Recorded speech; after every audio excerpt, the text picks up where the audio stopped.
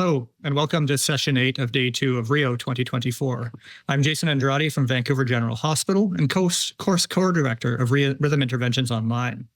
In this session, the focus is on the epicardial mapping of pulse field endocardial ablation. For this, we're delighted to bring you a live case from Roderick Tung and his team at the University of Arizona College of Medicine in Phoenix, Arizona. But before we join Rod in the center, let's meet our expert panel for the session.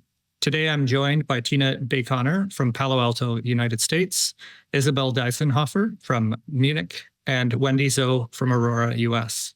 Welcome to our esteemed panel.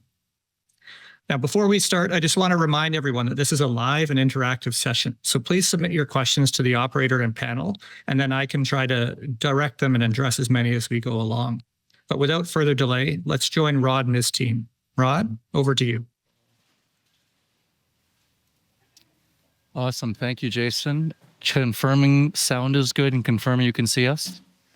We can see you and we can hear you, Rod. Wonderful. I just want to thank and give a shout out to our lab staff because we finished that VT case and we turned this thing over in about 15, 20 minutes. So pretty unprecedented in the US. So shout out to our lab staff. We're bringing to you this novel approach of looking at epicardial AFib and thinking about AFib on two surfaces of the heart and using the newest, hottest Farapulse technology that we're all excited about. We've been huge advocates and supporters of it, and Wilbur suited one of the first cases in the Western US. But I think one of the greatest questions is how transmural does PFA get? We discuss it every time. So we actually want to ask and answer that question live today. We know that it probably isn't designed for ventricular tissue. You know, very thick, can go up to 12 millimeters. We know that in 2, 3, 4 millimeters is probably fine. And as we get closer to the vestibule in the left atrium, which is very heterogeneous in thickness, it can approach 6 or 8. So what our plan was to do some epicardial mapping during pulse field on this specific patient. And we'll talk about why we feel it gets indicated. I'll have Jake Martinez, our fellow, introduce the case. Yes, so we're presenting a case today of a 76-year-old man with CAD and long-standing persistent AF, greater than 10 years of AF. He's had increasing fatigue and what he describes as brain fog for the past few months to years. So he presented to us to be further evaluated. His CHA2-VASc is 3, and he's been chronically on warfarin with that. He's had 2 prior cardioversions, but no prior ablations. And he presents today for an endo-epi AF ablation. Prior to his presentation today, we got a cardiac MRI on him. The cardiac MRI showed an EF of 46%, a normal LV size. RV was normal with no delayed enhancement seen anywhere. Normal T1 times, no thrombus. And the quantitative left atrial scar assessment was performed, and the LA size was not significantly enlarged at any point. You see this, we've been working with Dr. Marouche and his team to quantify left atrial scar, and as you see on the image here on the right, we have just a small, tiny portion on the posterior wall of red area, which is that unhealthy tissue, but overall, fairly healthy left atrium based on the MRI. So Jason, I think it's a great discussion that we can even pull the panel as we get moving here about case selection. You know, when should we be doing long-standing persistence? So this gentleman came to our health system and had AFib for 10 years, not otherwise specified, tried 2 cardioversions. So it could be as up to 10 years of duration. So one could even argue this is not even long-standing, this is permanent. But then there's been some decline in his cognitive function, and the wife's been reading about it. So we should talk a lot about that with dementia, AFib, Jared Bunch's work. And then his ejection fraction was 47%. So a lot of times we wouldn't even go for this, but the EF is down. There's been a decline in cognitive function. We did get an MRI. There's no multi-infarct that we can see by macroscopic T1 or T2.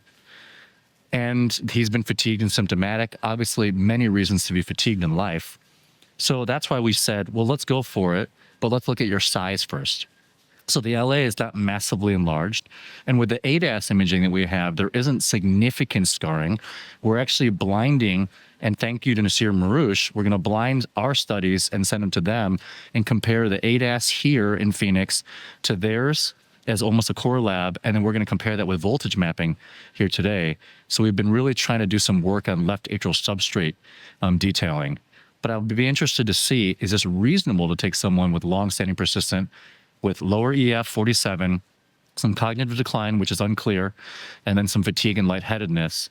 And because we followed the converged data, it would make sense for someone longstanding to actually have epiendo. And we believe we can achieve that something similar with a percutaneous approach, which is novel, because we can cover the vestibule, the dome, even get over the vein of Marshall, right, on the week after prompt AF is presented, on the heels of Venus and Valderrabino's work. We believe we can get on the ridge, and we want to highlight that anatomy today. But Jason, I'll turn it over to you and just your thoughts and what the panel thinks as we get transeptal access here. Yeah, I mean, maybe we'll go to the panel first. So, in order, Tina, what are your thoughts about case selection here in terms of the long-standing persistent? What a tough question. In the absence of guidelines, I think a lot of our decisions based on our personal experiences with similar cases, right? I've had in the last year very similar cases to what Dr. Tsang presented, a decade plus of atrial fibrillation, now newly reduced ejection fraction. And well, if you just look at the plain and simple guidelines, it is class 1A indication, right? If you have heart failure and concurrent atrial fibrillation. And to my surprise, that patient did well after atrial ablation and is free from AFib. It's now over a year. So I would say I agree with Dr. Tsang. I would have taken this patient on, but again, we're biased by the lack of large trials and our personal experience.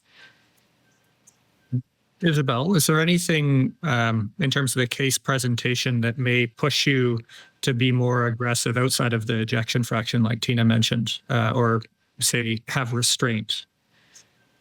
Yeah, I think looking at the new data that we have with persistent AF ablation, I mean, whether you use now what we did in the randomized Taylor trial, an electrogram-based approach, or if you say, okay, we can now ablate a posterior box without having length hours of procedures, I think we have a tremendous progress in the treatment of these patients, and I think it's reasonable to propose them an ablation while informing them that we have, of course, not 85% of success rate with one ablation. On the other hand, he's symptomatic. Even the EF is already reduced. And I would say, if you don't do nothing, you don't help him. If you do ablate, you have a reasonable chance to help him. And I feel like a doctor, I would say, okay, if I have a chance to help him, I would propose it. So Wendy, one of the things, I guess that stood out for me a little bit in the case that was presented is despite being 10 years of atrial fibrillation and having failed cardioversion, I mean, the left atrial size is normal by MRI and there's no scar there. I mean, that to me seems very unusual. I would have expected a big dilated atrium or a lot of underlying substrate this far into the disease. So do you have any thoughts there? Yeah, I completely agree. And that also would have been a threshold, an additional threshold to maybe hold back, if we had seen that the left atrium was huge and there was a lot of fibrosis that was evident on imaging. The fact that he doesn't have those characteristics while abnormal is possibly great, because that could mean that the outcome could be even better than expected with ablation. Sometimes what I do in these cases where I'm uncertain about whether or not we're going to do anything to improve things is I might do a trial of sinus rhythm, just for temporizing or short-term purposes, initiate a drug, try cardioverting, and seeing if they feel better or if other parameters look better in that setting. And if they do, any one of those things looks better, then I have a much stronger kind of motivation to move forward with ablation.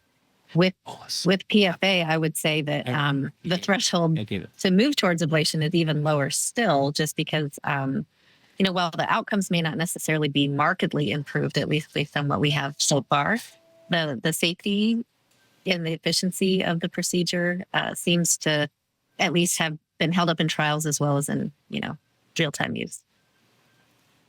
Yeah. So one of the things Rod kind of passed by it a little bit as he was discussing this case presentation, but we just coming out of AHA last week, and on Monday, in the late breaking session, we saw 2 randomized trials for treatment strategies for persistent AFib, and they almost had complementary but not quite contradictory messages, right? So you had the one Japanese study that randomized patients to cryo versus RF as the first treatment for persistent AFib. And then you had the second study, which was mentioned, which was PROMPT, looking at the linear ablation and vein of Marshall alkalization. So, I don't know if I put those 2 studies together, if I'm necessarily at a point where I have more clarity in the lesion sets.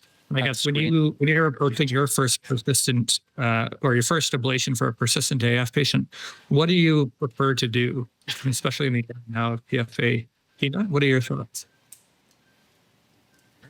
Oh, that's even a tougher question. I think if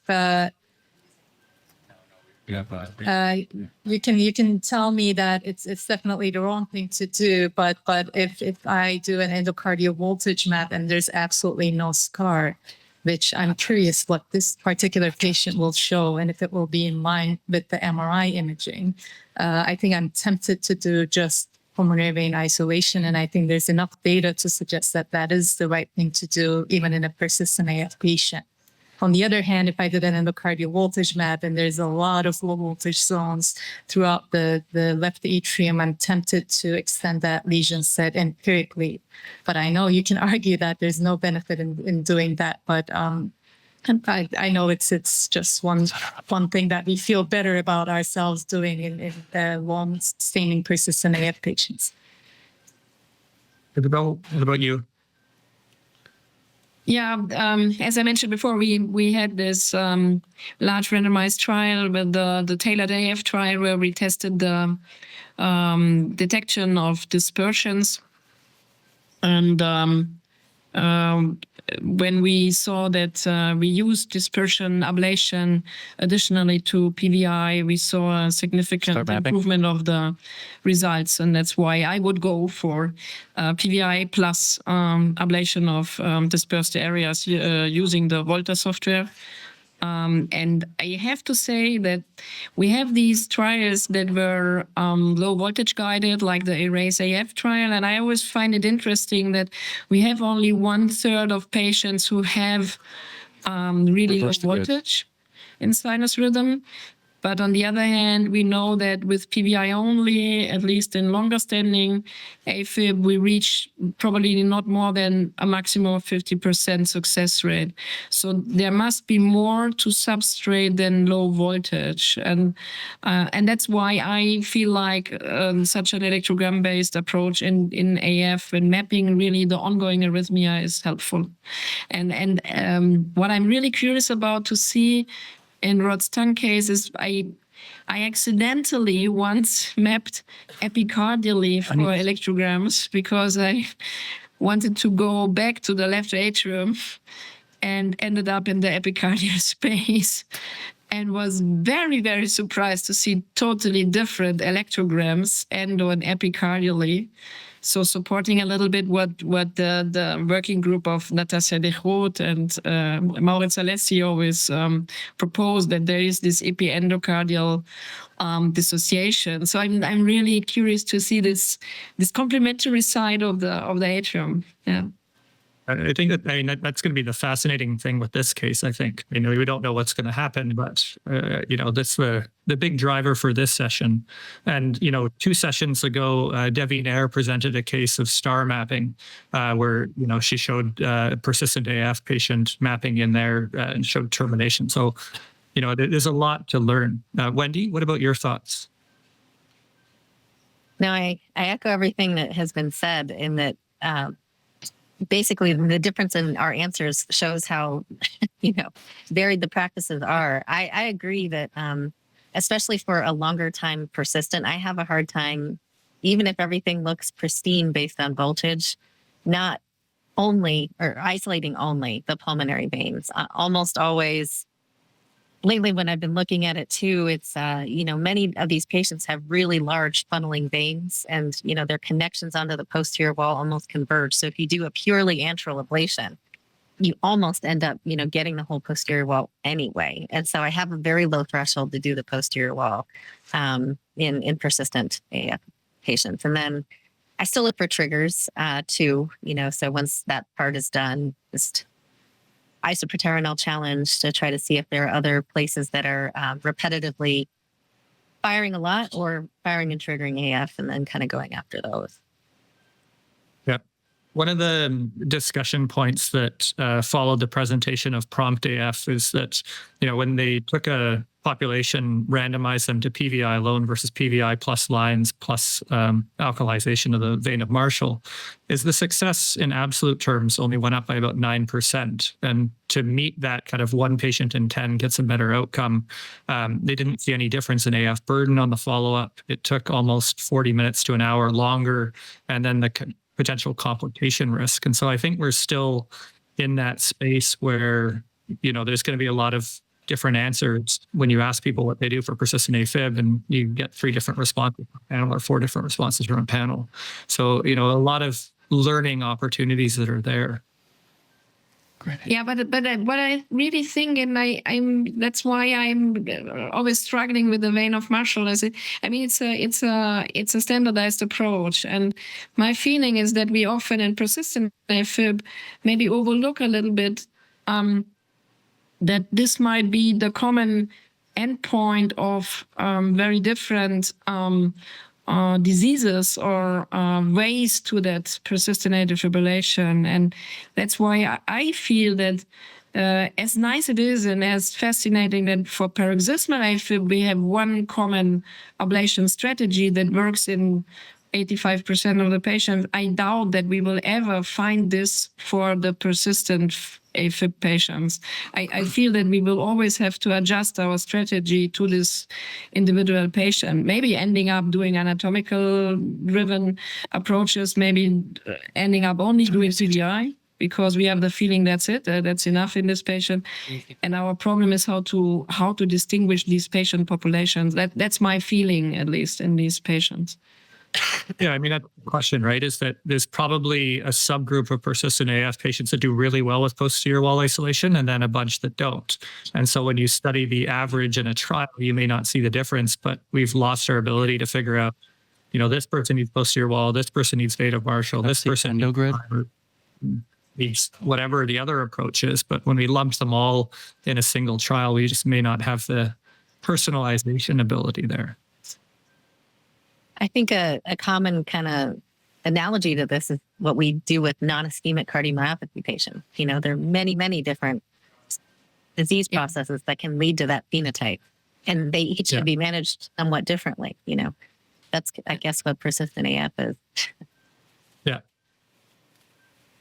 Rod, how are things with you? Because this personalized medicine is always so hyped, but I once talked to a statistician from the Berlin University, and he said, you know what? Personalizing therapy is in first place a failure of a standard therapy. So it's always bad news. Yeah. Well, Jason, I'll take you a little bit through our epicardial approach. Can we go to the multi-screen?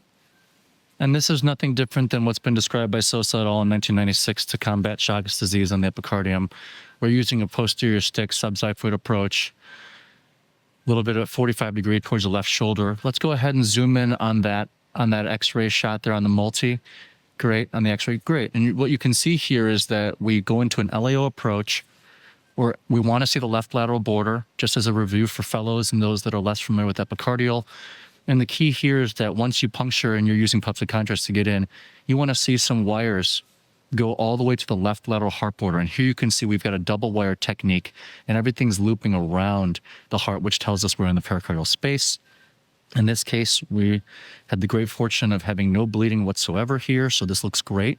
And then we enter the space with so we double wire, then we use a short Agilis catheter, and we retain one to the side here, and then we are introducing the grid on the epicardium.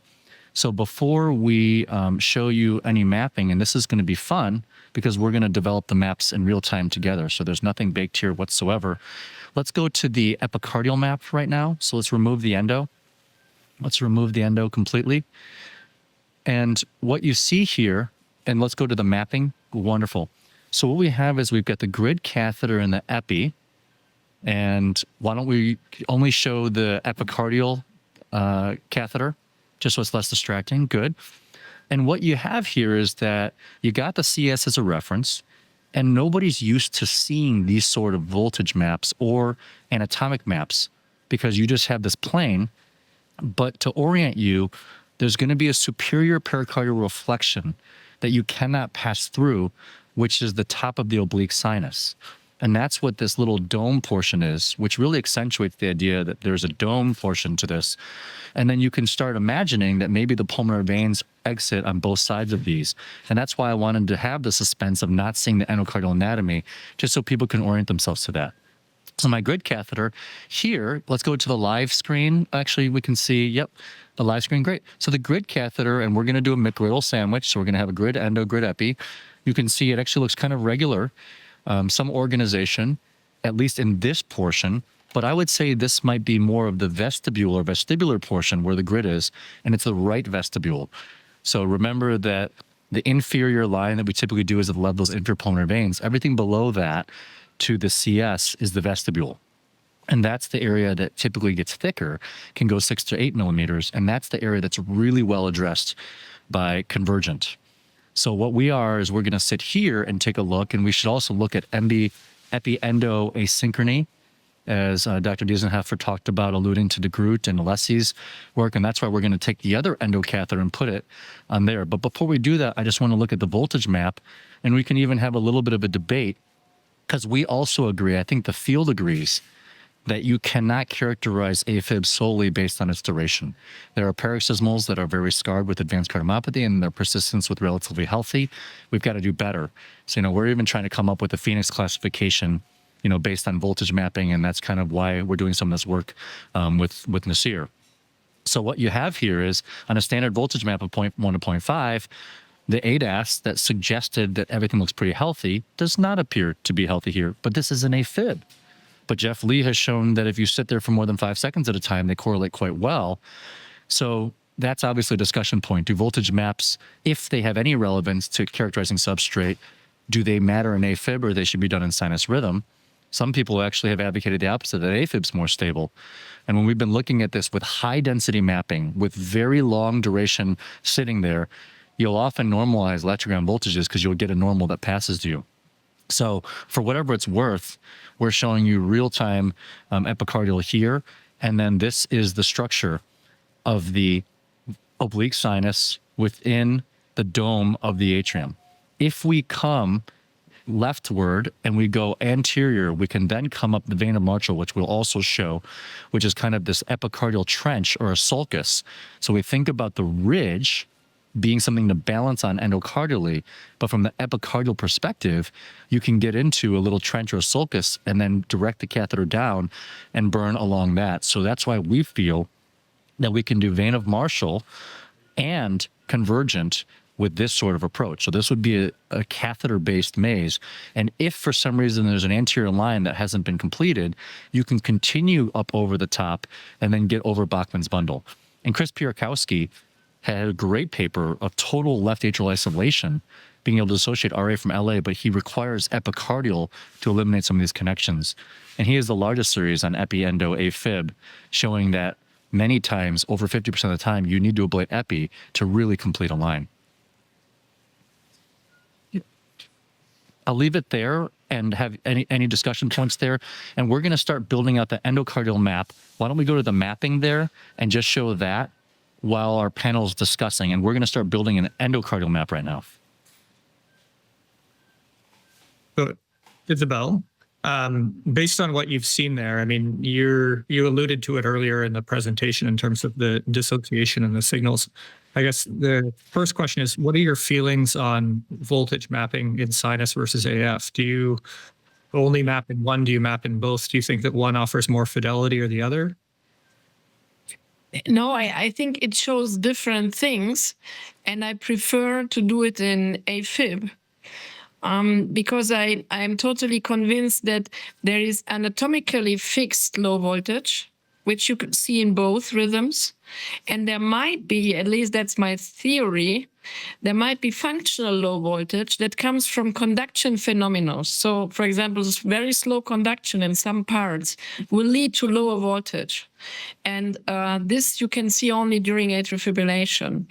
And I think I prefer to map the arrhythmia that I'm trying to understand and to map during that arrhythmia. So that's why we do a lot of these voltage maps always in atrial fibrillation at the beginning. And it's very, very surprising who has low voltage and where this low voltage is. So there is only a very loose relationship to the duration of the persistent atrial fibrillation regarding the voltage in AFib. So I'm always fascinated like that. I think you all know that movie Forrest Gump.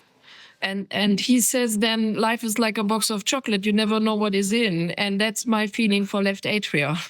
Because you have a person, 76-year-old, 2 months of atrial fibrillation, you go in, everything's red. And then the next atrial fibrillation for 5 years maybe, but maybe 68 years old, everything's healthy. Enter. So I'm always fascinated by these differences, and that's why I have this tradition. And we even did serial mappings in atrial fibrillation of the voltage, and we could see that it's reproducible. Yeah. And Tina and Wendy, I guess, what are your perspectives on the two in terms of your voltage mapping? How do you prioritize them, or do you integrate them, or if one of them? Quite impressive how different they are. Like Dr. Eisenhower said, I find it fascinating because I think maybe it guides us towards at least two of the many phenotypes of AFib, right? There are certain patients with AFib that have mainly substrate-driven electrical disorder. In other words, they have a lot of actual fibrosis, and the signal propagation is determined by that. And there's a lot of patients without any of that, and all they have is more so ion channel disorder, and they have electrical substrate that further makes them prone to fibrillatory conduction. And I wonder if the map in atrial fibrillation can tell us which patient is which. Of course, we don't have the answer on what treatment benefits for each phenotype, but I wonder if it's a reflection of that. And I'd be really curious if Rod's map in sinus rhythm would reflect what the MRI showed. Yep. Yeah, I traditionally Love that. have So keep going, Wendy. When you can jump back to sorry. Rod after. Yeah, I traditionally get voltage maps when I'm just looking for substrate in sinus rhythm. I have found, when I was still doing a lot of maps in atrial fibrillation, I have found that there wasn't a great correlation of the voltage in AFib compared to sinus rhythm.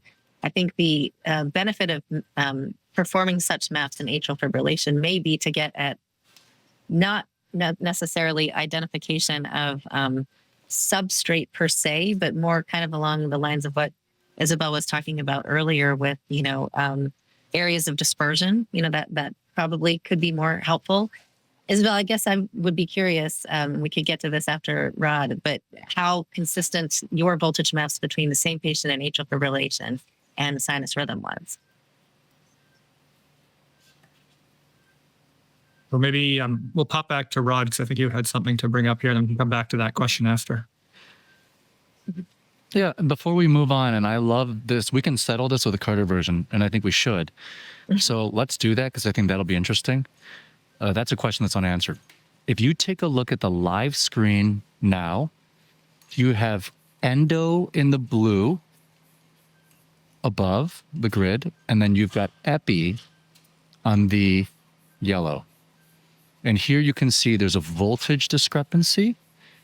And then there's also some activation discrepancy, even though it's relatively organized. If you were to take a peak frequency or take, we don't know how to annotate AFib, but if you look at the most sharp components, sometimes they're alternating in each other's diastolic period.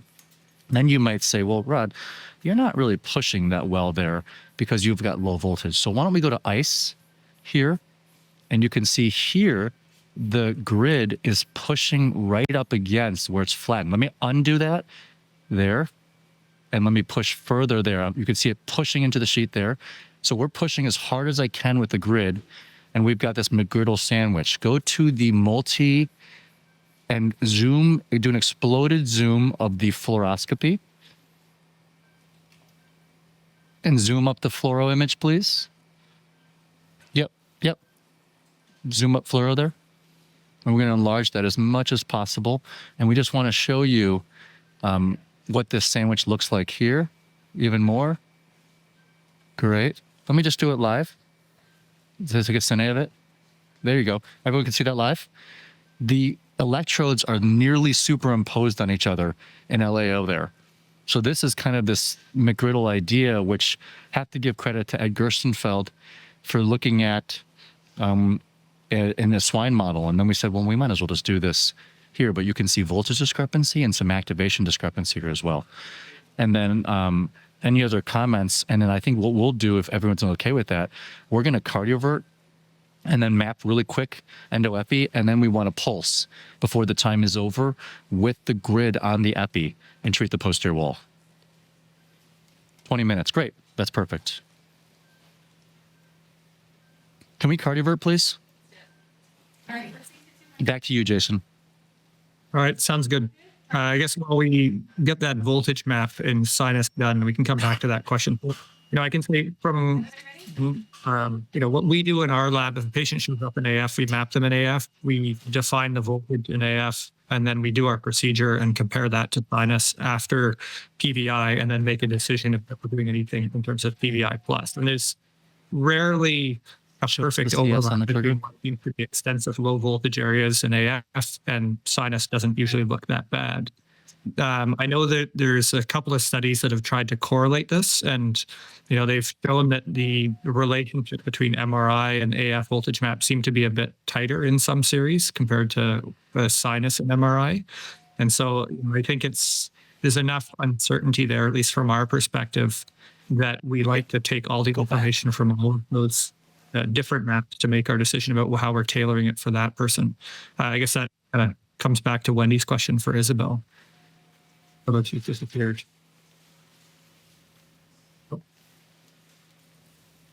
Oh.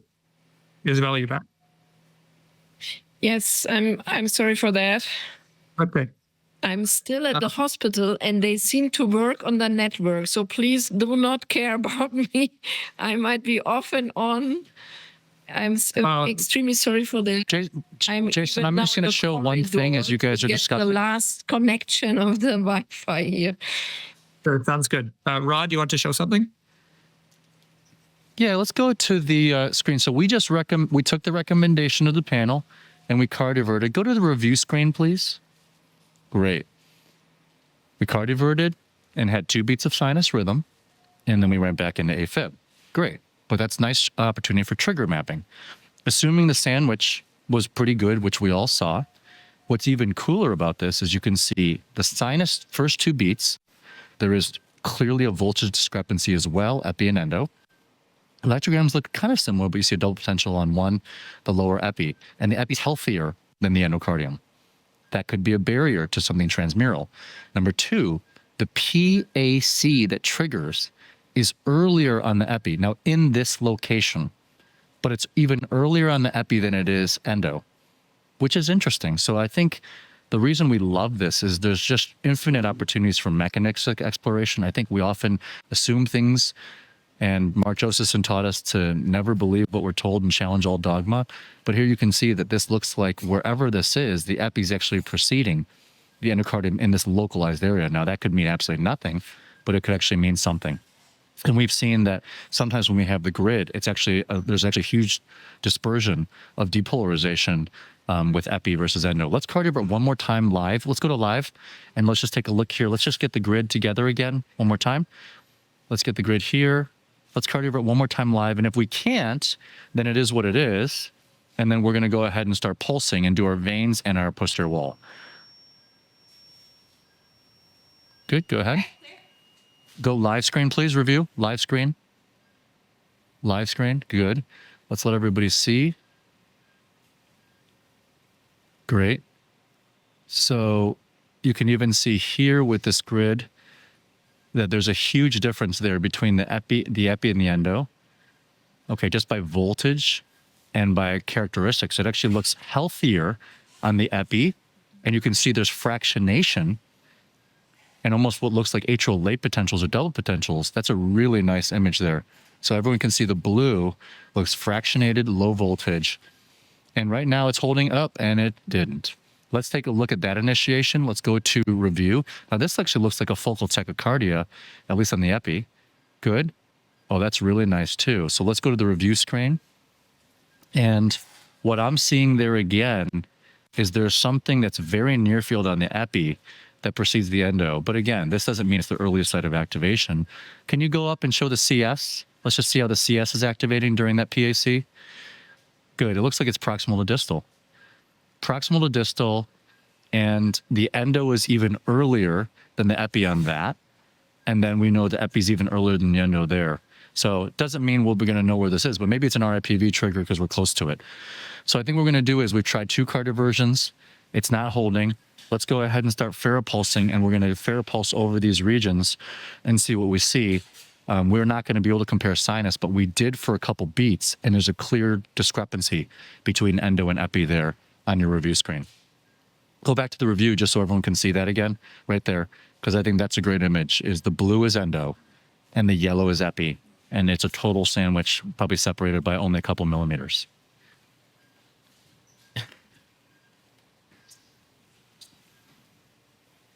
So I guess, as you're demonstrating all of that, I'm sort of thinking through this. So do you think that, for example, it's a small thin wall structure where you don't have the spatial resolution on the MRI to see the differences? You've got the relatively preserved epicardial voltage, let's say, is masking your endocardial scar, and you just don't see it on the MRI, and that's why the MRI looks normal, but clearly this is not.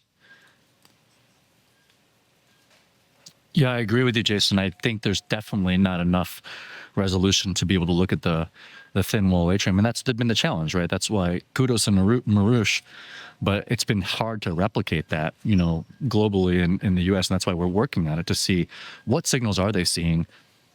And even we've seen ARVC that doesn't get picked up on an MRI.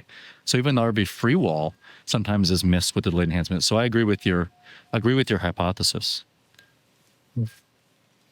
We're going to move up here now with the ferropulse, and we're going to start with the left-sided veins and sweep from left to right, and just do a couple pulses. How much time do we have? About 15 minutes, Jason?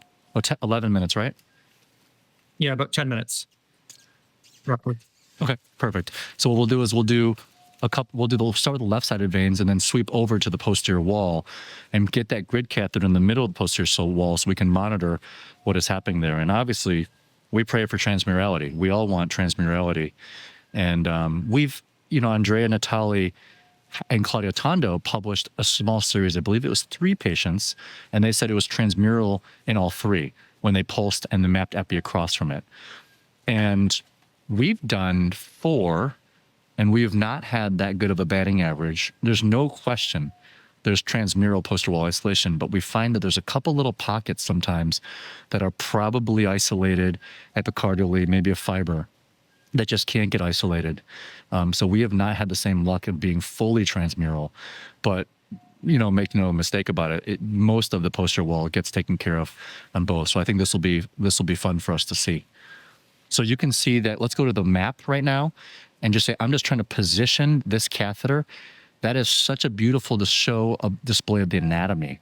So you can see how the dome shapes up epicardially. The veins come straight out there. We're limited by the superior pericardial flexion. And we've got the grid sitting right in the middle of that in the pulmonary venous antral posterior wall, what we call, that anatomists call the dome, and then the vestibules down below. We're going to pulse and maybe even going lower in the vestibule, but monitor with the epicardium there. I want to start and try to anchor with some left veins because I think that might make it more fair, and start with the pulse field that way. So as we do that, we're going to go ahead and advance our wire, and we'll start getting a couple pulses, but feel free to interrupt because we're just going to pulse the left-sided veins right now for the next 5 minutes, and then we'll move to the posterior wall. And here you can see a wire going into one of the left-sided veins, and then we'll get a couple pulses in first. Just a question, Rod. You mentioned these connecting fibers between the posterior wall and the veins and so on, and how they still conduct and how they also add to the complexity of AFib mapping.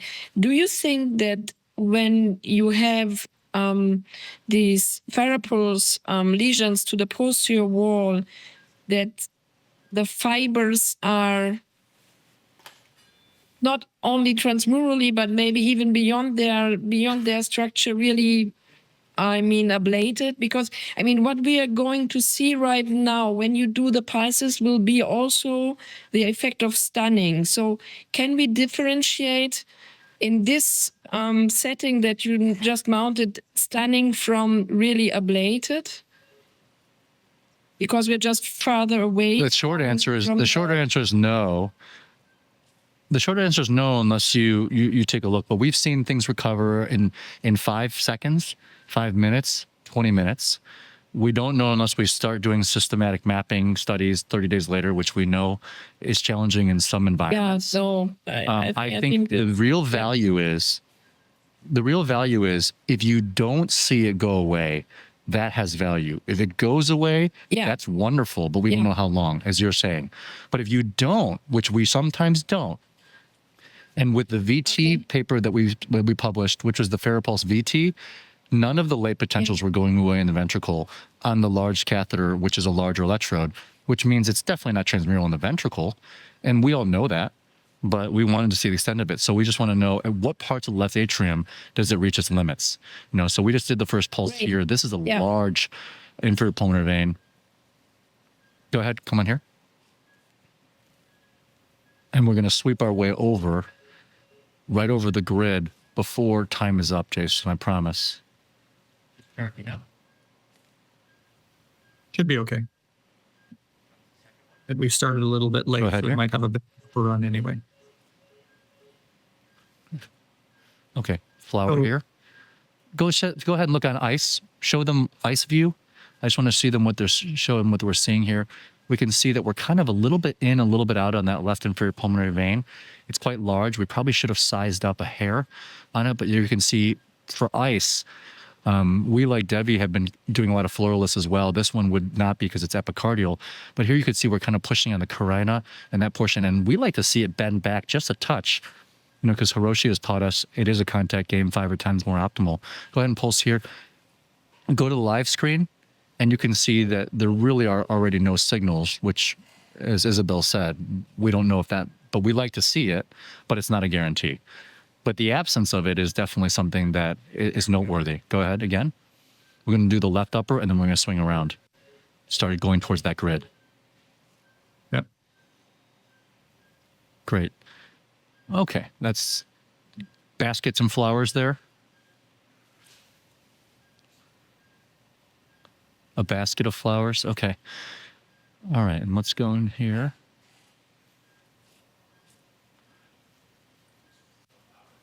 Basket. Yep. So we're going to go up to the left upper here in a second. Wire, Jake. Go ahead and wire up. Go back to the ice mode, please. Full ice. You see it? You see wire there?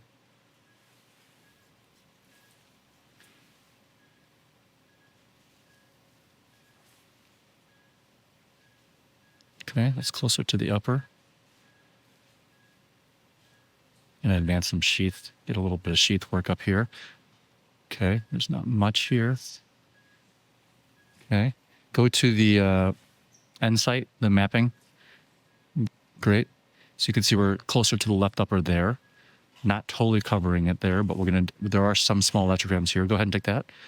We'll rotate and just get flower, and then we'll move to the grid.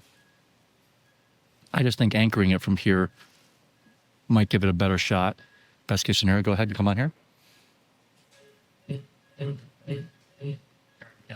Great.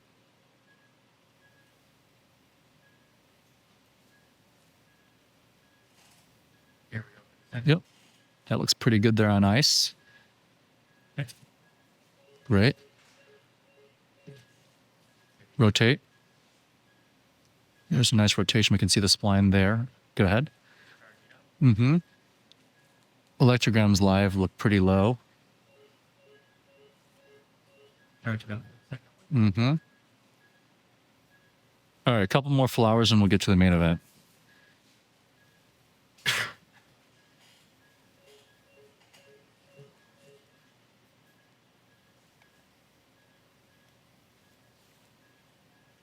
Great. There's really minimal electrograms here.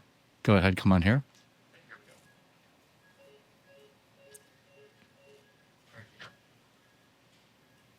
Yep.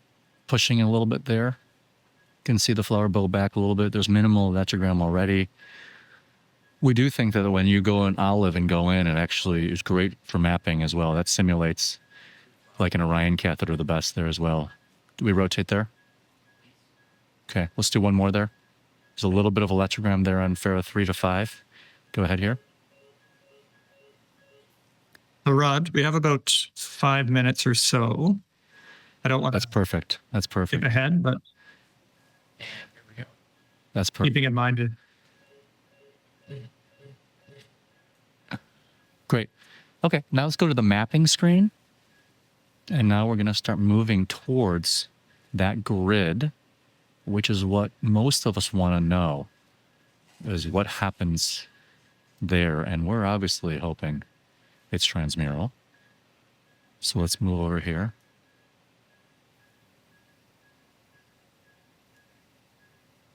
Good. I'm getting a little bit more posterior on this. Let's get it flush.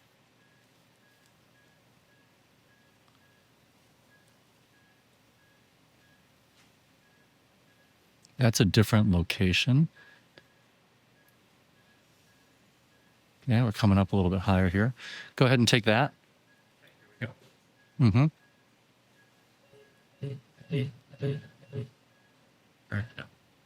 Great. you're not seeing anything different on the grid yet. Go ahead. Probably too far. Yep, we're too far away. Coming over. Just trying not to leave gaps here. Yep. This is running up higher.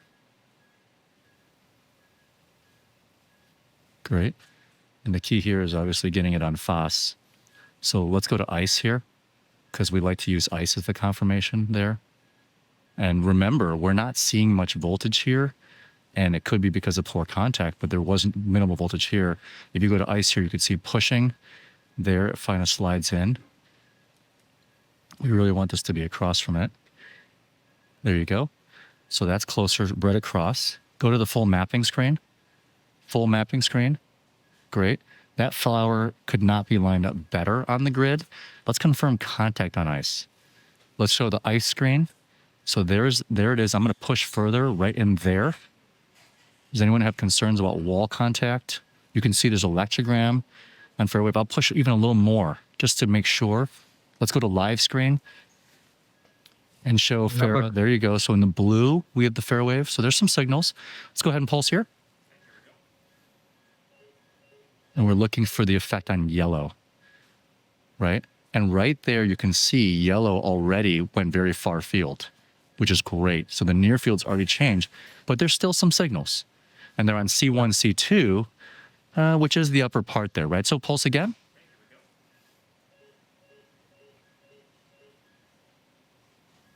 Okay, so we still see some far fieldness. And the red splines, which is my least favorite color on black, are still there, but they're higher and farther away, right? So let's come a little bit lower down here. Let's do a rotation. a small rotation right there. Go ahead and take that. Really near field signals on Faro 4 to 5. And we're going to just start surrounding that region. That looked great. That looked great. Did everyone see that? So go to live screen there. Let's take a pause.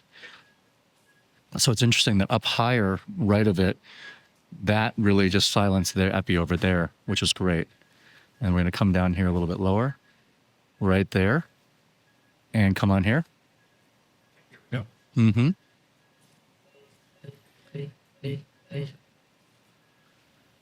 Now, Jason, the question that is also relevant, even though I know we only have about 1 minute because we're over, how low do people take their posterior line of their posterior wall? You know, if we believe the conversion data, the vestibule actually may have a lot of relevance to it. So if I take this grid and I pull this down, lower down, okay, so I'm going to move the grid, go to mapping screen live. Wonderful. We're going to come lower down, and you could see it's pretty much gone. And then now as we get more vestibular, we've got signals there again, okay? So this is where there's going to be thicker tissue. So then the question is this going to be effective down here? Let's go ahead and give this a pulse. So this might be a good sort of last event here for the session because we're just running out. Mm-hmm. Perfect. And you can see we pulsed it there, right, Jason? And then we're going to move over this way again. And we're over, and now we're in the vestibular region, which is thicker. And we're going to come down lower right there. Pulse there again.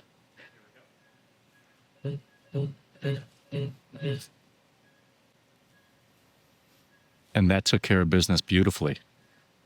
That took care of business beautifully. And we will maybe just leave it at that because we're going to keep working here. We're going to come a little bit lower. And what we're going to do is we're going to keep moving that grid around and make sure that every area of the posterior wall is dead silent. And, you know, the message obviously is anything far field on the endo means there's probably a party on the epicardium.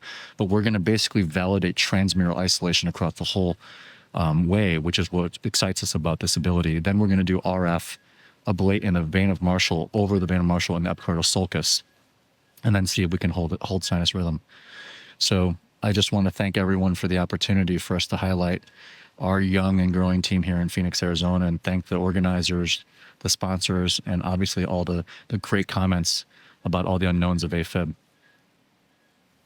Well, so thank you, Rod. Thank you to your whole team for what is a fantastically interesting case and not something that I would say we see very often, right? So it's an amazing opportunity to delve a little bit deeper in the pathophysiology and some of the mechanistic insights and see that what we're doing offers something more than, you know, what we just see endocardially.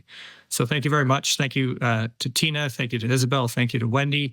You know, those were very expert insights that you've provided and a wonderful discussion. And so that is a wonderful 8th session for day 2 of RIO. And we're coming up to the end of our day.